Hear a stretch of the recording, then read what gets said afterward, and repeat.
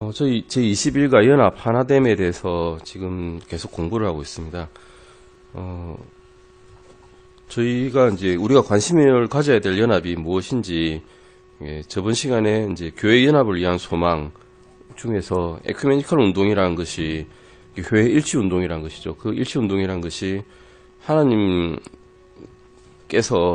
사실은 모든 믿는 사람들끼리의 연합은 인정을 하시지만, 연합하라고 하시지만, 전혀 우리와 다른 소망을 갖고 있는, 즉, 그리스도의 재림을 기대하지 않고 매주 드리는 피 없는 제사를 드리는 사람들까지의 연합을 같이 연합이라고 말씀하지 않으셨습니다. 주 예수 그리스도의 보혈만 믿고 그 주 예수 그리스도께서 죽으시고 묻히시고 또 사흘 만에 부활하시고 우리를 위해서 돌아가시고 지금 하나님 우편에 앉아 있는 것을 믿는 사람들의 연합은 말씀하시지만 그 외에 다른 믿지 않는 사람들과의 연합, 아주 전혀 다른 종교를 가진 사람들과의 연합, 아니면 무속신앙과의 연합을 말씀하지는 않으십니다. 우리끼리 믿는 사람들끼리의 연합, 그것이 형제로서 얼마나 그 같이 지내는 것이 아름다운가라고 시편에서 말씀하고 계시지, 믿지 않는 자들과 너희가 세상에 사니까 같이 연합해서 재밌게 살아라고 하지 않고 계십니다. 그래서 그런 교회 연합을 위한 소망이 요한복음 17장에 이 말씀이 있습니다. 요한복음 17장 21절에서 23절 말씀을 보시겠습니다. 요한복음입니다. 요한복음 17장 21절에서 23절입니다. 이것은 주님께서 하신 기도입니다. 사도들의 기도도 아니고 다른 믿지 않는 자들의 기도도 아니고 주님께서 직접 하신 기도입니다. 21절에서 23절 읽어보겠습니다. 이것은 그들이 다 하나가 되게 하려 함이니이다. 아버지여, 아버지께서 내 안에, 내가 아버지 안에 있는 것 같이 그들도 우리 안에서 하나가 되게 하사 아버지께서 나를 보내신 것을 세상이 믿게 하옵소서. 아버지께서 내게 주신 영광을 내가 그들에게 주었사오니 이것은 우리가 하나인 것 같이 그들도 하나가 되게 하려 함이니이다. 내가 그들 안에 있고 아버지께서 내 안에 계시나니 이것은 그들이 하나 안에서 완전해지게 하려 함이며 아버지께서 나를 보내신 것과 또 아버지께서 나를 사랑하신 것 같이 그들도 사랑하신 것을 세상이 알게 하려 함이니이다. 아멘. 말씀이 복잡해 보이지만 사실은 말씀에 복잡한 게 하나도 없고 주님께서 우리 안에 계시고 또 하나님 아버지께서는 주님 안에 계시다. 그런 거죠. 아멘. 그러면 우리가 주님 안에 또 있지 않습니까? 주님이 우리 안에 있고 우리도 또 주님 안에 있습니다. 이것이 하나 된 건데 이렇게 하나 된 목적이 무엇인가? 21절 하반절 보시면 아버지께서 나를 보내신 것을 세상이 믿게 하기 위해서란 것입니다. 우리가 하나가 된 이유가 이겁니다. 그런데 만약에 우리 안에서 하나가 되지 못하고 분쟁이 있고 다툼이 있고 질투가 있고 질시가 있으면 세상이 이것을 보고 뭘 하겠습니까? 교회 안에서 뭔가 문제가 생기면 세상 사람들이 믿는 사람들이 저런다라고 이제 비웃죠, 사실은. 그래서 세상이 우리를 믿지 못하게 되는 것입니다. 주님을 믿지 못하게 되는 것이죠. 교회 안에서 질시가 있고 질투가 있고 분쟁이 있으면 주님께서 우리를 하나로 만드신 이유가 없어져 버리는 것입니다. 그래서 하나가 되게 하라고 주님께서는 말씀하시고 계십니다. 21절에서 22절 말씀에서 보시면 영적인 연합을 이루기를 바라시고 또한 나중에는 영적인 성숙함이 있기를 바라고 계십니다. 23절에서 보시면 내가 그들 안에 있고 아버지께서 내 안에 계시나니 이것은 그들이 하나 안에서 완전하게 하려 함이며 라고 말씀하고 있습니다. 주님과 하나님과 우리가 다 같이 하나 안에서 완전하게 되려면 자라야 되는 거죠. 그냥 처음 구원받고 아기인 상태로 그대로 유지가 되면 완전해질 수는 없지 않습니까? 갓난 아기가 처음부터 일어나서 넥타이를 메고 회사에 출근해서 돈을 벌어 옵니까? 그러지 않습니다. 그럴 수도 없고요. 그런 능력도 없고 젖부터 먹으면서 점점점 자라서 나중에 딱딱한 음식 먹고 몸이 커지고 머리가 배워서 지식이 성숙해지고 그 다음에 자기의 할 일을 할 수 있는 것입니다. 그래서 하나님 안에서 주님 안에서 완전해지기를 주님께서는 바라고 계십니다. 그리고 또 한 목적이 있습니다. 24절 보시면 이것은 23절은 아니고 24절인데요. 아버지여 원하건대 아버지께서 내게 주신 자들도 내가 있는 곳에 나와 함께 있게 하사 아버지께서 세상의 창건 이전에 나를 사랑하였으므로 친히 내게 주신 나의 영광을 그들이 보게 하옵소서라고 말씀하고 계십니다. 우리가 주님 안에서 하나가 되면 주님의 영광을 보게 되는 것입니다. 이 성경 말씀에서 우리가 주님의 영광을 볼 수 있고 모세가 봤던 그 주님의 영광, 베드로와 요한과 야곱이 봤던 그 주님의 영광을 이 성경 속에서 볼 수가 있습니다. 그리고 하나됨으로써 오히려 또한 더 큰 영광을 보게 되는데 우리가 믿는 소망 결국 주님의 재림 아니겠습니까? 주님께서 오실 때 주님께서 이리 오라고 호령과 나팔 소리가 일어날 때 주님과 함께 있게 되는 것이 우리의 소망인데 그때 우리는 이 교회에 있는 우리 믿는 지체들은 다 같이 올라갈 것입니다. 근데 우리는 실제로는 세상에 살고 있죠. 밖에 살고 있지 않고 세상에 살고 있습니다. 세상 사람들과 부딪히고 밀어당기치고 그들 속에서 더러움 속에서 내 생각도 같이 더러워지고 부딪히면서 살고 있습니다. 그러다가 이 교회에 이제 오는 것입니다. 다른 부류의 사람들과 섞여 살다가 이제 한번 같은 부류끼리 모여보자고 같은 생각을 나눠보고 주님께서 주신 말씀이 무엇인지 같이 나누자고 이 교회에 모이는 것입니다. 서로의 무슨 지식을 자랑하기 위해서 모인 것도 아니고요. 가지고 있는 부유함을 자랑하기 위해서 모인 것도 아니고 같이 믿는 믿음 그것을 지켜나가고 서로 복돋아주고 세워주기 위해서 모인다고 그래서 하나님의 영광을 볼 수 있게 된다고 모이라고 하신 것이고 그 목적으로 우리는 모이고 있습니다. 이 말씀을 통해서 요한복음 17장 21절에서 23절을 읽어보고 조심스럽게 읽으라고 했죠. 그래서 자세히 읽어보고 조심스럽게 읽어보라고 했습니다. 그냥 읽어보라고 하지 않고요. 그래서 왜냐하면 주님의 기도였거든요. 이것은 사도들의 기도도 아니었고 주님의 기도였기 때문에 주의 깊게 읽어보라고 하셨습니다. 주님께서 기도를 통해서 실제로 이루시기를 원하셨던 것이 어떤 연합인지를 우리가 알아보고자 합니다. 1번은 단답형입니다. 단답형 아니고 객관식입니다. 1번, 2번 둘 중에 하나입니다. 믿음이나 교단에 관계없이 결성되는 모든 그리스도인들의 연맹을 원하셨는지 아니면 교회 내에 있는 지체들 간의 연합을 원하셨는지 답은 뻔하죠. 무엇이겠습니까?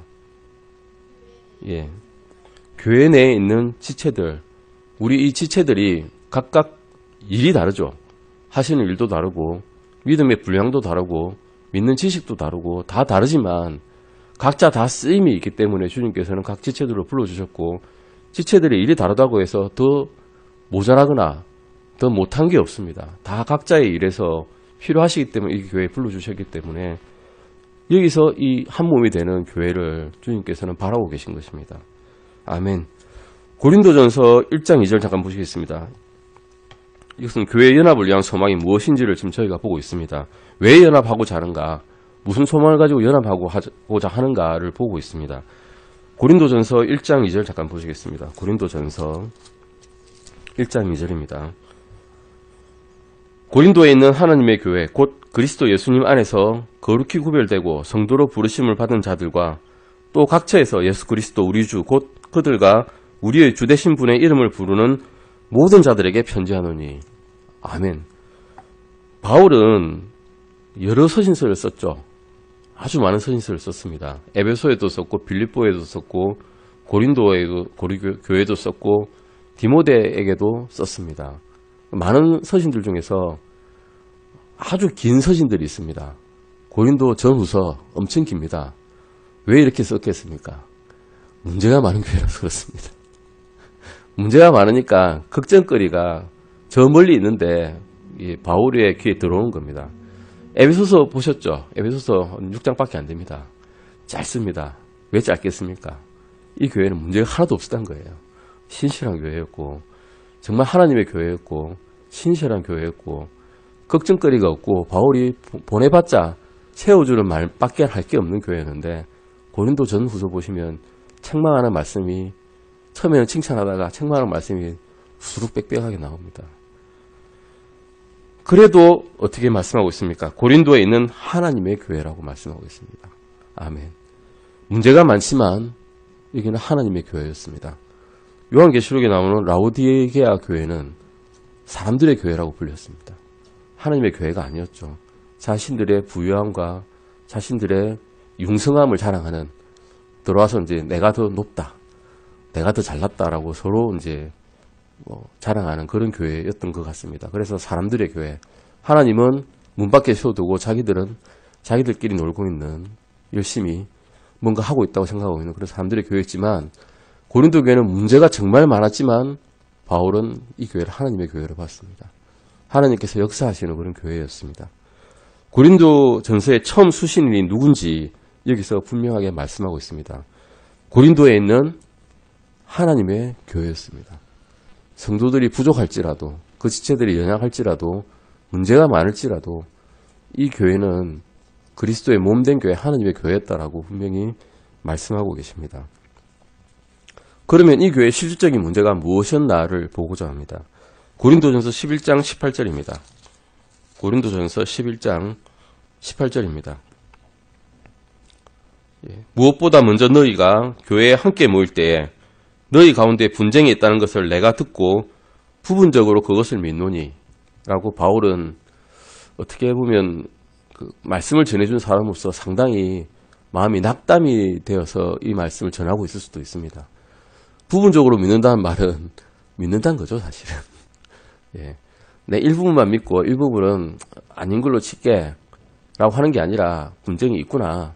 너희 안에 있는 그런 어느 정도의 분쟁을 내가 이제 알았다. 그래서 이 서신을 보낸다라고 말씀하고 있는 겁니다. 그래서 이 교회의 실제적인 문제는 간음도 있었고, 서로 이렇게 낮은 자를 업신적임도 있었고, 모일 때 먼저 식사하는 문제도 있었고, 술 먹는 문제도 있었고, 많이 있었지만, 실제적인 문제는 서로 간에 분쟁이 있었던 겁니다.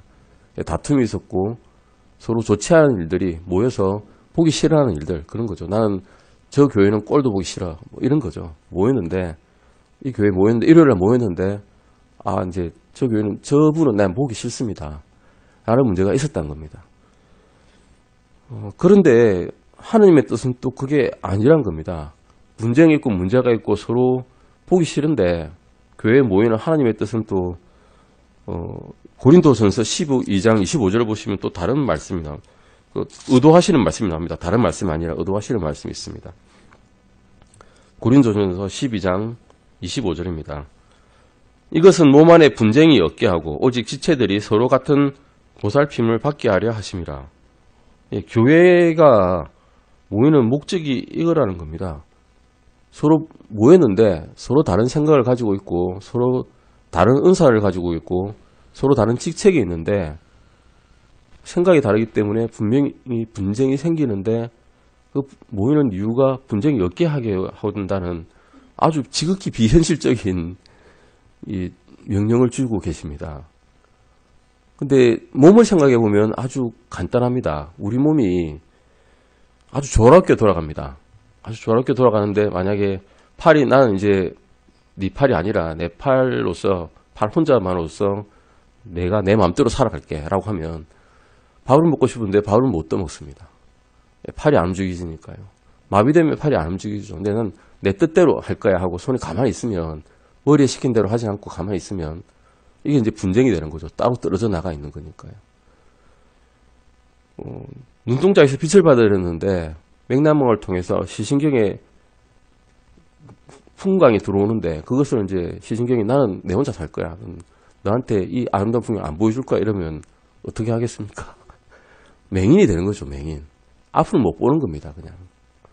이렇게 몸이 자유롭게 아주 조화롭게 돌아가듯이 교회 지체들의 모임이 조화롭게 돌아가기를 몸에 비유하셔서 말씀하고 계십니다. 고린도 교회처럼 분쟁이 있기를 바라지 않으시는 겁니다. 고린도 교회 그리고 다른 모든 신약 성경 침례 교회를 위한 하나님의 뜻은 몸 안에 어떠한 분쟁도 있지 않게 하고자 하심입니다. 그래야 주님 우리의 머리 대신 주님의 명령에 따라서 주님의 뜻에 따라서 모든 교회가 순조롭게 주님의 사역을 우리가 구원하고자 하는 사람들을 구원을 받게 할 수 있는 것입니다. 분쟁이라는 말을 사전에서 찾아서 보니까 사전에 별 뜻이 없더라고요. 국어사전에. 국어사전을 찾아봤는데 뜻이 없어요. 분쟁하니까 분립입니다. 라고 적어놨어요. 분립이 뭡니까? 라고 분립을 찾아보니까 분쟁이라고 적어놨어요. 그래서 롱맨 딕셔너리에서 영어 사전을 찾아봤습니다. 영어 사전은 separation between part of originally of the same group 해가지고 말은 복잡하지만 같은 그룹에서 원래 있었던 같은 그룹에서 떨어져 나감이라고 되어 있습니다. 그러니까 우리 교회에서 같이 모여 있는데 오리지널을 갖고 온 우리 오리지널입니다. 오리지널에서 따로 떨어져 나가가지고 난 내 혼자 살 거야 하면 그게 분쟁이라는 것입니다. 오리지널에서 벗어나는 것, 뭐 가리지널이라 해야 되나요? 뭐 그렇지는 않겠지만 아무튼 떨어지나가는 것이 분쟁이다라고 영어 사전에 적혀 있습니다. 영어 사전이 훨씬 더 잘 나와 있어요. 우리나라 사전보다. 희한하게. 어쨌든 갈라져 나감, 분리, 찢어지는 것, 이것이 분쟁의 사전적인 의미고 주님께서 싫어하시라는 거죠. 이것은 떨어져 나가지 말라라고 하시는 겁니다. 그래서 주일마다 우리가 이렇게 모이는 것입니다. 세상에서 떨어져 나와서, 세상에서 떨어져 나가는 건 좋아하세요. 우리가 잘 안 떨어지고 싶어서 그렇지. 우린 세상에 딱 붙어 있고 싶어 하잖아요. 아주 동화되어가지고. 근데 동화되지 말고 이 세상에 동화되지 말라라고 분명히 말씀하셨죠.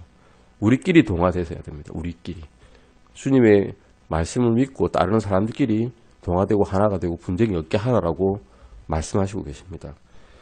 에베소서 4장 13절 잠깐 보시겠습니다. 에베소서, 그러면 어떤 데서 하나가 되어야 되느냐를 말씀하고 계신데요. 에베소서 4장 13절입니다. 에베소서 4장 13절입니다. 마침내 우리가 다 믿음과 하나님의 아들을 아는 것에서 하나가 되어 완전한 사람에 이르고 그리스도의 충만하심이 장성한 분량에까지 이르리니. 12절도 보시면 이것은 성도들을 완전하게 하고 섬기는 일을 하게 하며 그리스도의 몸을 세우게 하려 하심이라 라는 말씀이 결국 우리에게 주어주신 영적인 선물들의 목적들이고 우리가 모이는 목적이고 하나 되는 목적이란 것입니다. 다른 사람을 세워주기 위해서 모이는 것이고 내가 잘났다고 표현하기 위해서 모이는 것이 아니고 다른 사람을 잘났다라고 말하기 위해서 모이는 거죠. 너가 나보다 낫구나 라고 말하는 것이 자존심은 상하지만 만약에 그분 안에 성령님이 계시면 성령님보다 제가 잘났겠습니까? 잘날 수가 없습니다. 성령님보다. 주님보다 잘났겠습니까? 잘날 수가 없으니까 다른 분 안에 있는 성령님보다 우리가 더 못할 뿐이죠. 겸손하게 살 수밖에 없는 겁니다. 그런 것을 이제 말씀하고 계시고 이것이 우리가 모이는 목적인데 마침내 우리가 다 믿음과 하나님의 아들을 아는 것에서 하나가 되게 해주시기 위해서입니다. 하나가 되는 목적은 믿음과 하나님의 아들을 아는 것에서 하나가 되는 것이지 다른 교회와 하나가 된다. 아니면 다른 믿음과 하나가 된다. 바울이 생각했던 바울이 다른 유대인들이 전한 이상한 믿음에 속히 빠져들어가는 그런 믿음과 하나 되는 것이 아니라는 것이죠. 하나님을 알고 또 하나님의 아들을 아는 것에서 하나가 되는 것이고 하나님의 아들을 아는 것이 영생의 길이라고 주님께서 직접 말씀하셨습니다. 이것이 우리 교회 내에 있는 모든 지체들에게 주님께서 원하시는 것입니다. 우리가 다 믿음과 하나님의 아들을 아는 것에서 하나가 되는 것이 주님께서 원하시는 연합이라는 것입니다. 교회 연합을 이제 이루었는데 그러면 우리가 연합되는 목적이 뭐냐? 방금 말씀드린 거하고 거의 똑같습니다. 에베소서 4장 16절 보시겠습니다. 에베소서 4장 16절입니다. 그분으로부터 온몸이 각 부분의 분량 안에서의 효력 있는 일에 따라 모든 마디가 공급하는 것에 의해 꼭 맞게 함께 결합되고 들어차서 몸을 자라게 하여 사랑 안에서 스스로를 세우느니라. 그리고 고린도전서 12장 12절에서 27절 보시겠습니다. 고린도전서 12장 12절에서 27절까지입니다. 12절에서 27절까지 제가 읽어보겠습니다. 몸은 하나이며 많은 지체를 가지고 있고 그 한 몸의 모든 지체가 많아도 한 몸인 것 같이 그리스도도 그러하시니라. 우리가 유대인이나 이방인이나 매인자나 자유로운 자나 모두 한 성령에 의해 침례를 받아 한 몸 안으로 들어왔으며 모두가 마시게 되어 한 성령 안으로 들어왔느니라. 몸은 한 지체가 아니요 여러 지체이니라. 만일 발이 이르되 나는 손이 아니니 몸에 속하지 아니한다 하면 이런 이유로 그것이 몸에 속하지 아니하느냐.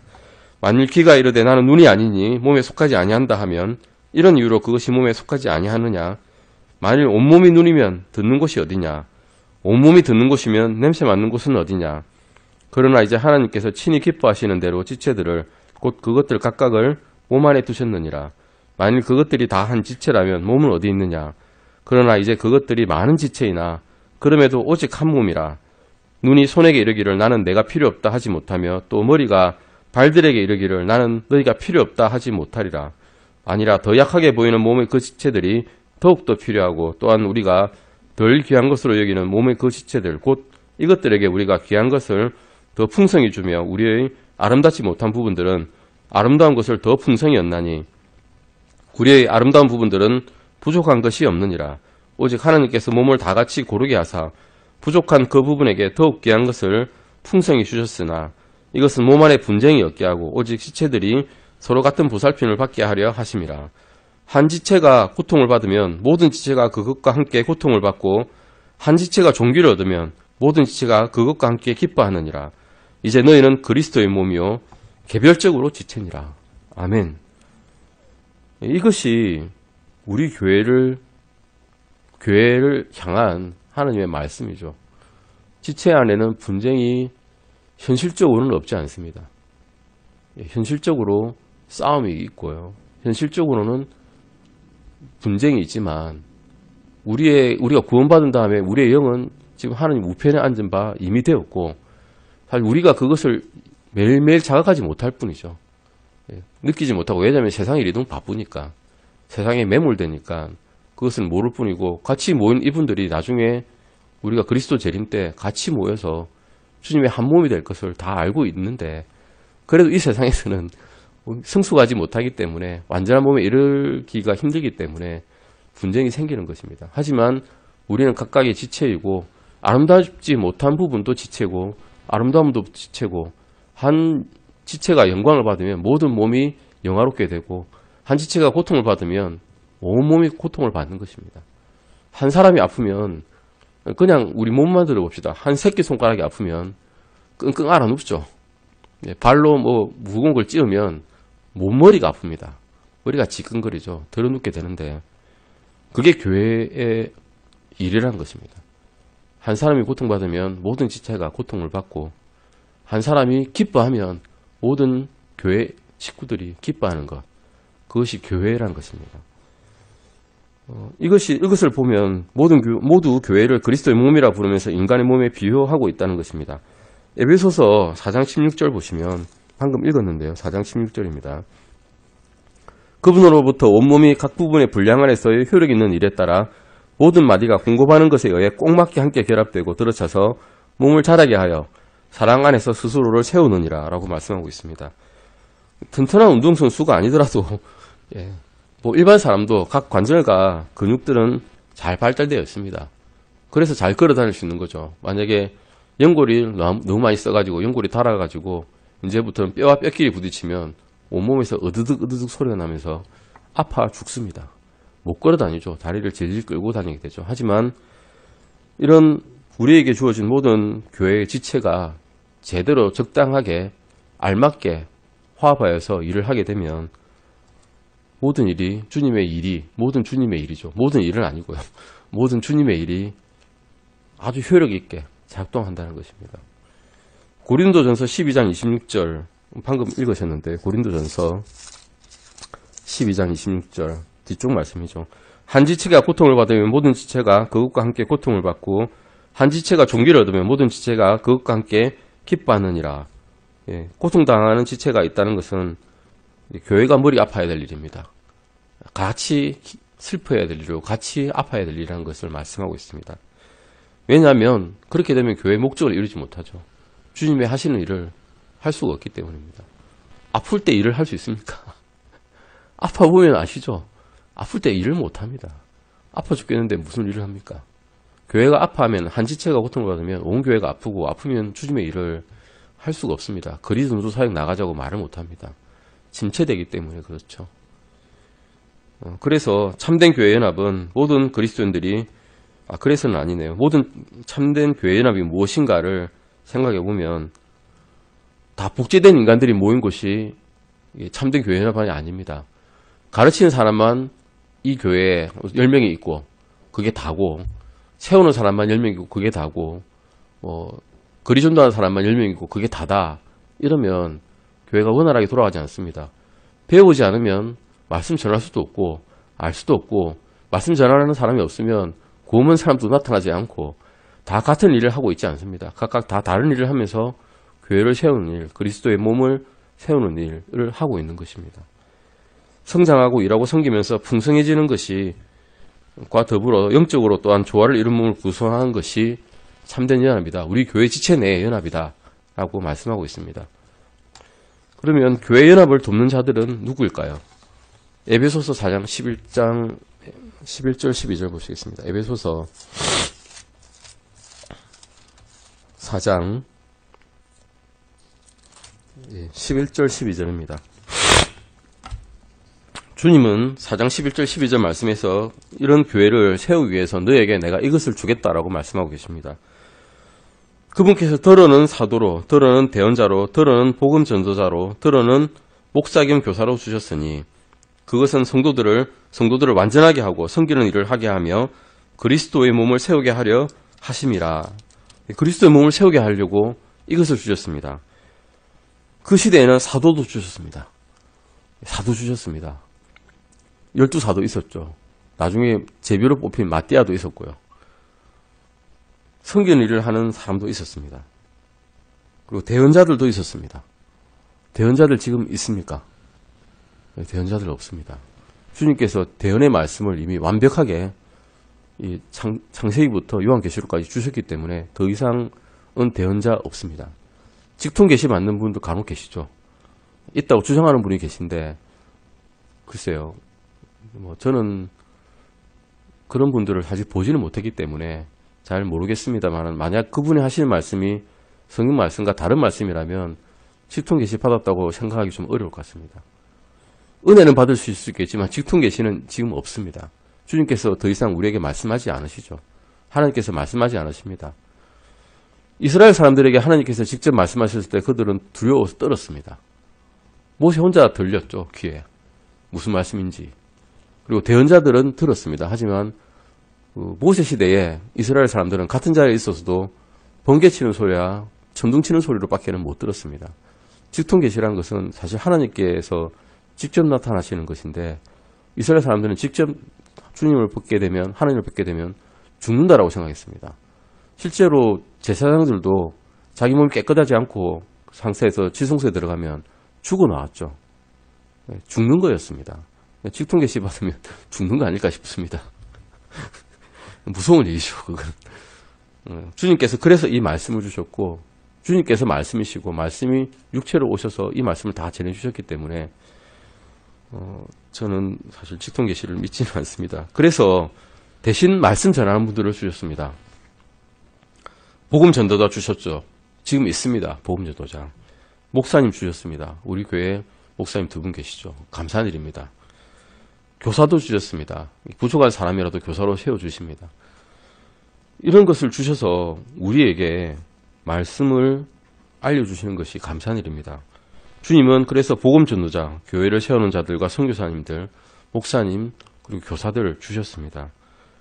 그러면 교회 연합을 위한 이런 것들을 받고 말씀을 들었는데, 우리는 아까도 말씀드렸지만 현실적으로 생각이 다르고 믿는 바는 똑같지만, 같은 믿음 안에 있지만 행동도 다르고 각자 살아나온 환경이 다르기 때문에 분쟁이 생길 수밖에 없는 그런 인간적인 연약한 모습을 가지고 있습니다. 그런데 이런 연약한 모습을 떨쳐내기 위한 우리의 태도가 무엇인가가 나옵니다. 교회 연합을 위한 태도라고 나와 있습니다. 주님의 몸된 교회를 세우기 위한 태도라고도 할 수 있고요. 다른 사람, 우리 지체들을 세우기 위한 태도라고도 생각하실 수 있습니다.